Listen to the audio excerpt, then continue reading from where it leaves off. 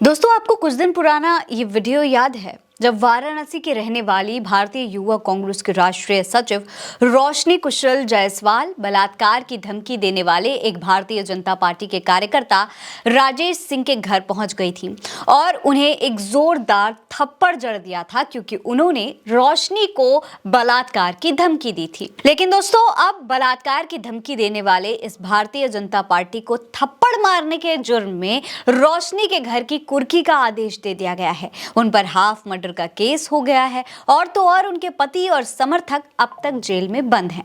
दोस्तों, रोशनी का ये वीडियो यूथ कांग्रेस ने अपने ट्विटर हैंडल से शेयर किया है। इसमें रोशनी बता रही है कि आखिर बलात्कार के आरोपी को एक थप्पड़ लगाने की वजह से उनको क्या-क्या झेलना पड़ रहा है। रोशनी ने बताती हैं कि मैं वही रोशनी कुशल जायसवाल हूं जिसने 15 सितंबर को बलात्कार की धमकी देने वाले भाजपा समर्थक राजेश सिंह पर एक थप्पड़ मारा था।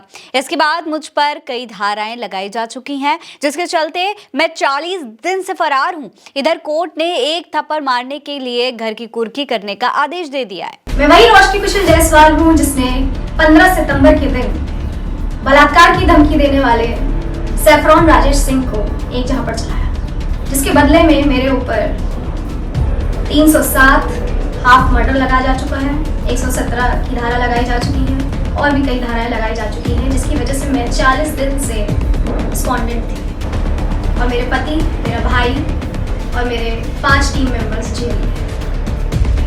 एक दिन के लिए बोल के लेके गई थी पुलिस प्रशासन की अगले दिन फेल हो जाएगी, लेकिन एक दिन दो दिन करके अभी तक वो लोग बाहर नहीं आए और मैं भी अपनी एंटीसिपेटरी बेल के लिए वेट करते करते रह गई और सेक्शन 82 यानी कि घर की कुर्की, एक झापड़ मारने पे घर की कुर्की करने का आदेश दे दिया गया।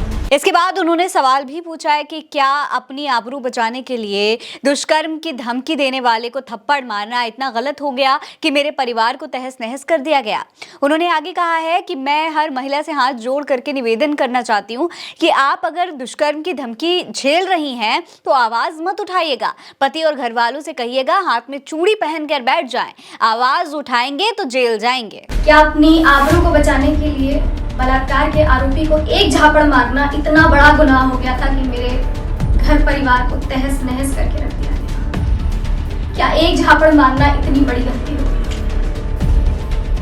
मैं हर महिला से हाथ जोड़ के विनम्र निवेदन करना चाहती हूँ कि आप अगर बलात्कार की धमकी झेल रही हैं तो आवाज मत उठाइएगा। अपने पति से भी कहिएगा, अपने घर वालों से भी कहिएगा कि हाथ में चूड़ी डाल के बैठ जाए, लेकिन आवाज। दोस्तों, रोशनी ने यह भी कहा कि आप सबसे विनम्र निवेदन है कि मेरे फेसबुक आईडी पर जाइए और देखिए कि मैंने सिर्फ एक थप्पड़ मारा था, मेरे पति ने तो थप्पड़ मारा भी नहीं था।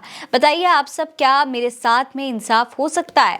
उन्होंने कहा कि 9 साल के बेटे के साथ मैं 40 दिन से भटक रही हूँ। इसके साथ उन्होंने मदद की गुहार भी लगा दी है। हाथ जोड़ के विनम्र निवेदन करना चाहती हूँ आप सभी से, मेरे हर वीडियो को और मेरे पूरी प्रोफाइल को जरूर चेक करिएगा और उसमें एक झापड़ के अलावा कोई भी प्रूफ मिलता है और मेरे पति ने तो एक भी झापड़ भी नहीं चलाया था, वो भी अंदर है और मेरा भाई जो सिर्फ वीडियो में खड़ा था वो भी अंदर है और मेरे और टीम मेंबर्स जो अंदर हैं उनकी क्या गलती थी।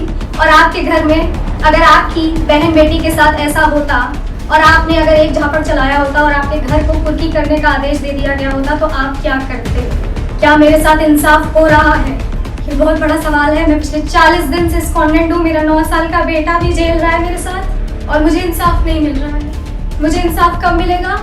ये बहुत बड़ा सवाल बन के रह गया है। दोस्तों, रोशनी जायसवाल जिस वीडियो की बात कर रहे हैं, जिस घटना की बात कर रही हैं, वो 15 सितंबर 2024 को वाराणसी के लालपुर में हुई थी।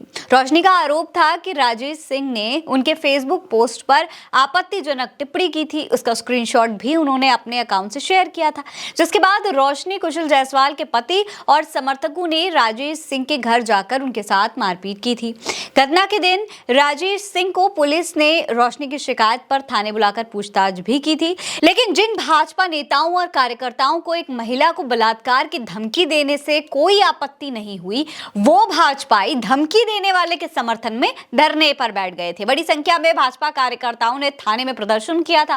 बाद में पुलिस ने रोशनी कुशल जायसवाल के पति को भी गिरफ्तार कर दिया था। हालांकि अब जब रोशनी ने प्रशासन पर गंभीर आरोप लगाकर यह खुलासा किया तो कांग्रेस नेता भी उनके समर्थन में उतर आए हैं। सुप्रिया श्रीनेठ है कांग्रेस की प्रवक्ता, लिखती हैं कि ये वाराणसी की रोशनी कौशल हैं। जब भी ये सोशल मीडिया पर कुछ लिखती थी तो एक दरिंदा भाजपाई बलात्कार की धमकी देता था। इन्होंने उस सैफरन राजेश के खिलाफ आवाज उठाई। क्या ये गुनाह है कि आपने अधिकारियों और सुरक्षा के लिए प्रतिकार करना गलत है? पिछले 40 दिन से रोशनी का पति, भाई और 5 अन्य लोग जेल में हैं। रोशनी के घर की कुर्की का आदेश दे दिया गया है। वो खुद अपने एक बच्चे के साथ गुमरामी की जिंदगी जी रही हैं। क्या चाहता है पुलिस प्रशासन की एक औरत चुपचाप बलात्कार की धमकी सहती रहे? ये कैसा न्याय है जहां पीड़िता को ही प्रताड़ित किया जा रहा है? नजीर ऐसी बननी चाहिए जहां लड़कियों के लिए एक इस तरीके के शब्द लिखने वालों के होश उड़ जाएं। रोशनी को कानून संगत न्याय देना ही होगा। इसके अलावा कांग्रेस के नेता सुरेंद्र राजपूत लिखते हैं कि अपनी इज्जत बचाने के लिए किया गया प्रतिरोध हिंसा नहीं माना जा सकता। कोई आरोपी अगर किसी महिला को बलात्कार या यौन शोषण की धमकी दे रहा है तो महिला क्या करेगी? प्रतिरोध ही करेगी। उस प्रतिरोध को हिंसा का नाम देकर पीड़ित को ही तंग करना कहां का न्याय है? रोशनी कौशल को न्याय देना होगा। न्याय की मुहिम में रोशनी का साथ दीजिए। भाजपा सरकार से उम्मीद तो नहीं है, पर अदालत और शासन से संविधान सम्मत काम करे। इसके अलावा कांग्रेस के नेता प्रिया सरोज ने भी ट्वीट किया है। लिखा है कि वाराणसी की एक बेटी आज रो रही है। आखिर रोशनी जायसवाल का क्या गुनाह था? बलात्कार की धमकी देने वाले सैफरन राजेश सिंह के खिलाफ आवाज उठाना। पिछले 40 दिन से रोशनी का पति, भाई और 5 अन्य सदस्य जेल में हैं। रोशनी के घर की कुर्की का आदेश दे दिया गया है। इसके अलावा कांग्रेस के नेता श्रीनिवास बीवी ने भी ट्वीट किया। लिखा है कि ये दर्दनाक कहानी वाराणसी की है। छोटी बहन रोशनी जायसवाल का गुनाह सिर्फ इतना है कि उन्होंने बलात्कार की धमकी देने वाले भाजपाई राजेश सिंह के खिलाफ आवाज उठाई थी। रोशनी के पति, भाई व 5 अन्य साथी 40 दिनों से जेल में बंद हैं। घर की कुर्की का आदेश हो चुका है। इस तरीके से तमाम कांग्रेस के नेताओं ने रोशनी के समर्थन में आवाज उठाई है। रोशनी ने इस वीडियो के जरिए कई गंभीर आरोप भी लगा दिए हैं। हालांकि अब देखना होगा कि रोशनी के इस आरोप के बाद आखिर प्रशासन क्या फैसले लेती है। क्या प्रताड़ित की जाने वाली महिला के खिलाफ ही प्रशासन और कानून कार्रवाई करेगा? आपको क्या लगता है? अपनी राय में कमेंट सेक्शन में लिखकर जरूर बताइएगा। ये खबर आप उल्टा चश्मा यूसी पर देख रहे हैं। नमस्कार।